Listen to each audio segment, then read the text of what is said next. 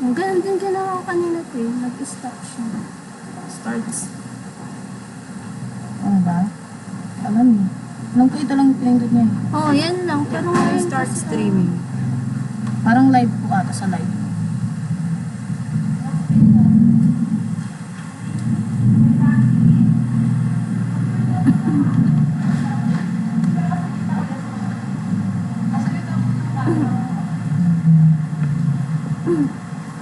Naka-stop siya po. Naka-stop po. Stop. Ayun. Ganyan. Sige po, ano po yung title natin? Ano po yung biblical foundation? 1 Corinthians 9 verse 24. Okay. Do you not know that in a race all the runners run, but only one gets the prize? Run in such a way as to get the prize. So, successful leadership. So, paano ba natin masasabi, o ano ba ibig sabihin pag sinabing successful? Ang galing-galing talaga natin dito sa appeal. Sabayan niya, mag-start na ako. Kanti pa? Sige pa, elaborate pa natin. Ayan, successful. Ano ulit na rin na isa? Ay, galing-galing talaga natin rin na isa. Sige, habang nag-aantay tayo ng camera, isipin nyo, gano'n ay ibig sabihin ng successful para sa inyo? Pag sinabing successful, yung may dito ka na, ganun ba yun? Naninilaw ka na, ganun ba yun? Yung naka-iPhone. Anong kulay ka sa iPhone? 15. Ganun kayo successful. Ayan, doon natin malalaman. Successful yun, di ba? Sabi nila pag successful, kailangan kompleto ka na eh. Yung ano to? Pag successful ka na, may kondo ka na, bahay lupa ka na, may sasakyan. Tapos na. Ayan, sige, dahil ready na yung camera. Sige po, para sa tanong ko, sino ang sasagot? Ang dito niya. Hana, what is, ano para sa iyo yung successful? Huwag natin English yung tayo ano. Ang galing. Ma'am Al. Successful, yung nakamit mo na, nakuha mo na yung mga bagay na pinapangarap mo. Sa mga bagay na pag naririnig natin sa tang successful, yun yung unang pumapasok sa isip natin. Pero pag sinabing successful leadership, so tayo as a human, may mga bagay tayo na ina-achieve, tama? So, tayo bilang mga, ano nga ulit tawag sa atin? Warrior of God. So, being a warrior, merong general, tama? Pag sinabing general, siya yung pinaka-highest rank sa isang military army, gano'n. So, siya yung pinakamataas na ranggo. Pag sinabing general ka, ikaw yung pinaka-namumuno, ikaw yung nagde-designate ng mga gawain, ikaw yung nagbibigay ng utos, ikaw yung nasusunod. So, tayo bilang anak ng Panginoon, tinuturing din tayong general. Isipin mo, general ka ng Panginoon. I am a general of God. Hindi ka lang basta warrior, isa ka rin general ng Panginoon. Sabi nga, sa isang general, wait lang, nilipad siya.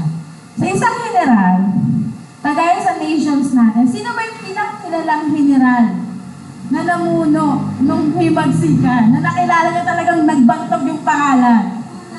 General Luna. Ano yung pinaka-specific na character? Bakit siya nakilala? Student. Teacher. Ma'am F. Parang sa akin, base lang sa napanood ko. Base lang sa napanood ko yung military tactics at saka yung disciplinary. Yan lang. Ano sabi ni Ma'am Ethel? Military tactics and disciplinary. Ayan.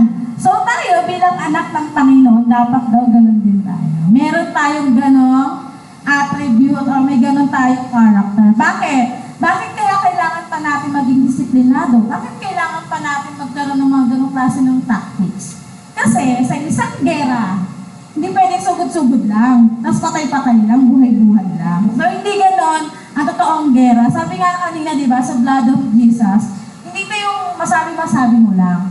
Kasi lahat ng gagawin natin, in every decisions we make, meron yung katumbas or meron yung outcome. Ang mangyayari lang, ang question ng outcome, kung magiging maganda o hindi. So sa general, sila yung nag-iisip ng tactics, ng strategy, kung ano yung magiging, kung ano yung gagawin. At isa sa mga bagay na meron at pinakamaganda isang general, yung tinatawag na disiplina. So sa book ng Old Testament, meron din kinilalang pinakamagaling na general. Kilala niyo ba siya? Sige, bigyan ko kayo clue. Kapangalan siya ng isang pastor dito. Ang galing, Pastor Joshua. Ayan. Si Joshua, sabi nga, nung panahon sa Bible, ng Bible history, siya yung pinaka-kinilalang greatest generals in the Bible history. Tapos makikita natin siya sa chapter ng Joshua 4 and 6. So, ano ba yung, bakit kailangan natin malaman? O ano ba yung isa sa mga naging magandang bagay? Bakit kinilala si Joshua na pinakamagaling na general? Sabi diyan, through Joshua's leadership, the impossible became possible. Alam niyo ba yung kwento sa Joshua na pinatigil niya yung araw? Kaya niyo ba yun? Ayan. So, si Joshua nagawa niya yun. Alam niyo ba kung paano? Nung panahon, yun yung time na may gera ang Israel with partner nila yung mga Gibeonites. Kung baga nakipag-ali sa kanila yung Gibeonites. And that time, gusto silang gerahin ng 5 malalaking hari o malaking bansa. And that time, nung panahon na humingi ng tulong yung Gibeonites kay Joshua, isa lang yung sinabi niya, hindi namin kayo iiwan. Kasi yun yung pangako ng Panginoon. And nung time na nagkaroon ng gera, si Joshua yung namuno. Nung time na yun, kasi pinangako ng Panginoon na makukuha nila o matatalo nila yung kalaban. Pero ang sinabi ni Joshua, kasi nakikita niya na hindi pa matatapos pinahinto niyo yung araw. So ganon kalaki o ganon ka-successful leadership si Joshua. Successful leader si Joshua. Sabi nga dito, ang pinaka-example na naging tatak ni Joshua, even yung Diyos, napasunod niya that time. Kaya mo yun? Diba? Hindi si Joshua lang yun. Sabi nga dito, paano ba nagawa ni Joshua yun? Na even yung araw. As in yung isang buong araw na pahinto niya yun. Hindi talaga gumalaw yung araw that time. Kung ayaw niyo maniwala, buksan niyo sa Joshua 10 verse 12 to 14. Ayan. Ang isang elemento na ginamit ni Joshua ay faith. So sabi nga, yung faith natin, nag-lead yun sa transformation. Agree? Disagree? Agree? Bakit? Kasi if you have faith, sabi nga sa Romans 10:10, for it is with your heart that you believe and are justified, and it is with your mouth that you confess and are saved. So sabi nga, kailangan mo muna kasing maniwala sa puso mo. Then yun yung i-confess ng bibig mo. Kanina nagpa-declare tayo, tama? Ang declaration ba natin with a heart? Ayan. So as a declaration, kung gusto mong mangyari na, Lord, magkakaroon ako ng cell group this 2023, kumpleto siya 12, lagyan mo ng puso. For you, na pag binanggit yan ng bibig mo, nandun yung conviction. Ayan. So mahalaga talaga ang mga conviction. Ayan. Kasi dyan yan nakikita o dyan magsisimula yung faith na meron ka. Sabi nga, faith comes when you have direct and constant contact with the Word. So mahalaga rin yung devotion natin. Sabi nga, mahirap, Joshua 1:8, pagbulay-bulayan mo yung salita ng Panginoon araw at gabi. So, mahirap maniwala sa imposible. Tama? Kasi even tayo, kapag nakikita natin na imposible na yung mangyayari, nawawalan tayo ng pag-asa. Pero si Joshua, hindi siya gano'n. So, through faith, at through sa pagbabasa niya ng Bible, constant relationship niya sa Panginoon, nagawa niya imposibleng bagay. Sabi nga po, di ba? Yung Biblia, siya lang naman yung nag-iisang source. O, yung source na capable na makapag-produce ng faith sa puso natin. So, bakit? Tanong ko, bakit kayo nagbabasa ng Bible? Para nalaman yung promise ni Lord? Know God? Parang makilala, parang in English na nagamit nila.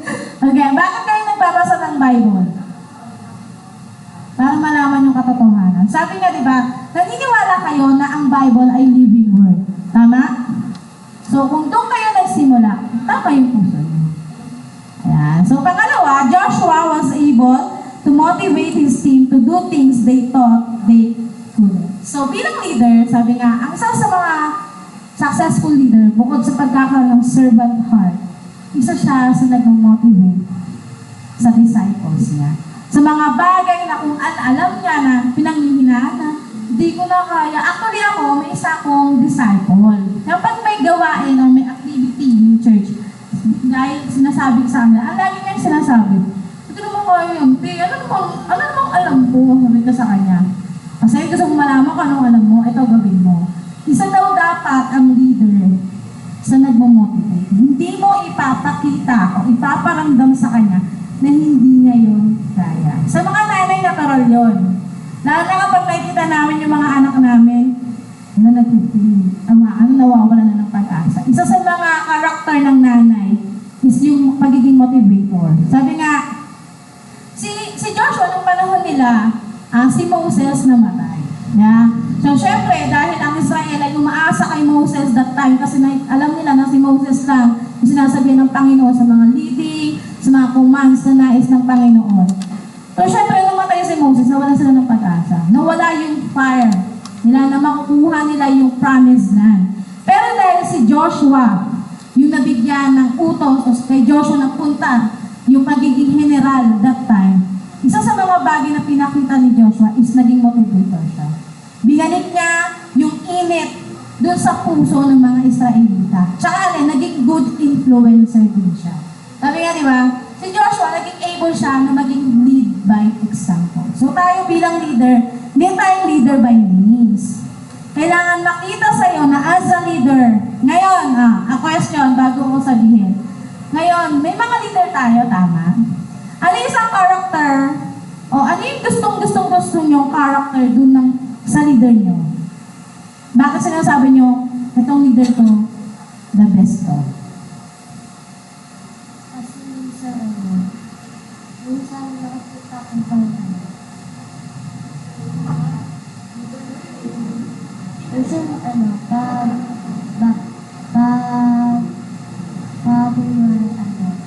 may sa disciple na nagka-problem or nakikita ko sa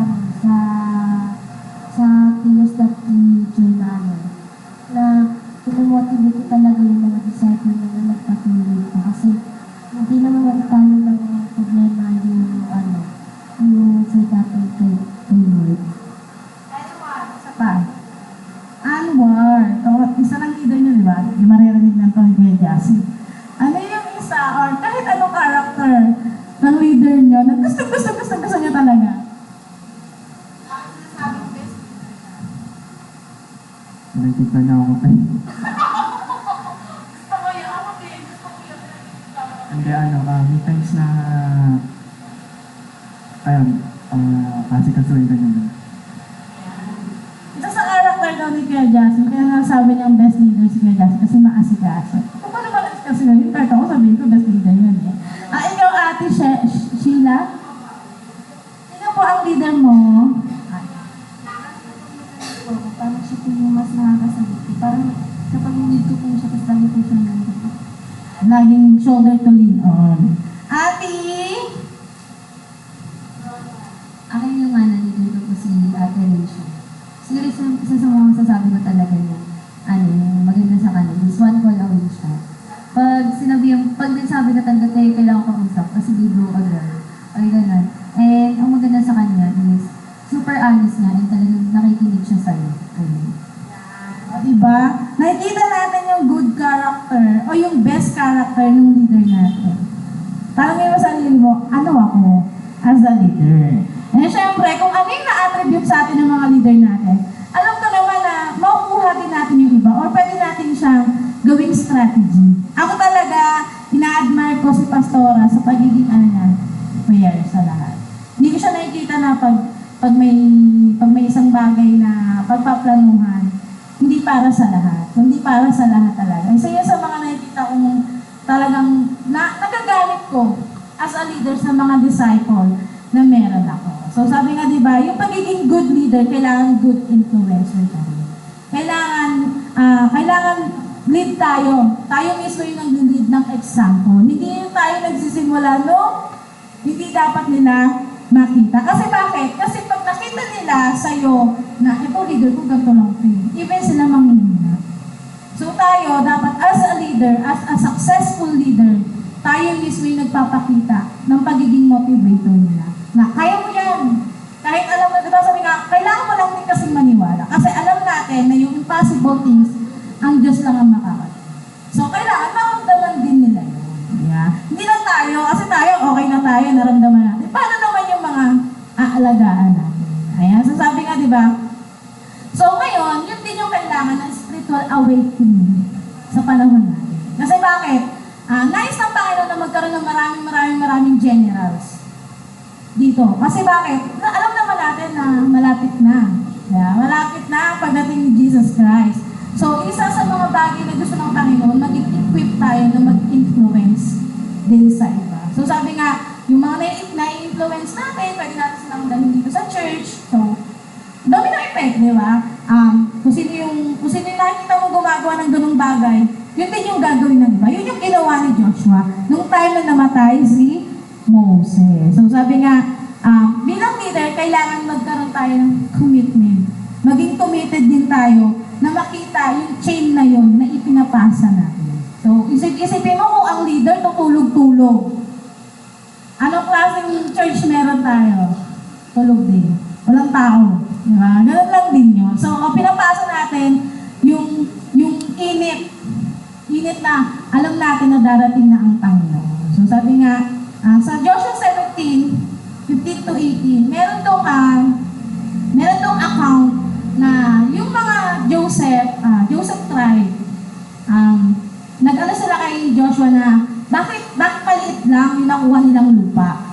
Di sinabi ni Joshua, bakit? Napakarami nyo ba? Ginanon sila ni Joshua. Then sumagot ang mga tribo ng Joseph tribe, sabi nila, kailangan nila ng malaki kasi napakadami ng bilang nila. Kung gusto nyo, sabi ni Joshua, kung gusto nyo ng malaking isla, sige, kuhain nyo yung isla ng mga taga Periseo and basta na yun. Ang hirap naman basahin nito. Ayan, mga mga ibang lugar. So, kung gusto nyo talaga na makuha, dahil nakikita nyo yung dami ng bilang nyo, sige, gawin nyo. So, tayo bilang anak ng Panginoon, gusto niya rin ng gano'n. Gusto mong dumami? Gawin mo. Yeah? Mag-wait ka. Mag-disciple ka. Hindi yung tutulog-tulog ka. So, di ba? As a conclusion, ang successful leader daw, hindi lang daw yan lumitaw bigla. Hindi yan by chance. So, okay, leader ka na, successful ka na agad. Ang successful leader daw, sinishape yan in fire. Ayan. Sinishape in fire, in pain. Ayan, sa sakit. At saka saan? Ayan, ayan. Ang tunay daw na leader, sinishape lang sa fire of testing. So, ikaw bilang leader, kung nakikita mo ngayon na nakatayo ka, sabihin, you are called to be a leader. So, kasi bakit? Destiny 1 ka na eh. Yeah? Isipin mo, nasa Destiny 1 ka na. Pagkatapos ito, Destiny 2 ka na. Diba? Ano pa? Yung mga leader na kayang magbayad. Willing to pay the high price. Kasi bakit? Ano ba yung binigay sa inyo ng Panginoon? Salvation. So, ano yung kaya din natin ipamahagi? Salvation. Kasi yun yung gusto ng Panginoon. Ano pa? Para malaman din daw natin kung ano ba yung pagkatawag na meron tayo. Kailangan, yakapin mo yung calling na meron ka. At decided ka. Ayan, decided ka na makita yung nais ng Panginoon. Tsaka ang tunay daw na leader, nagpapareview. Kasi bakit? Kasi doon mo malaman kung ano yung mga dapat mo pang gawin. At ano pa yung dapat mong i-improve. Hindi yun nag-i-in mo lang sa tabi. Kasi bakit? Being a successful leader, tumatanggap yan ng pagkakamali. For us to learn. For us to be more. Ayan, sige po, sa oras na to, let's pray. Ano ba sabi sa inyo? Sabi lang ta.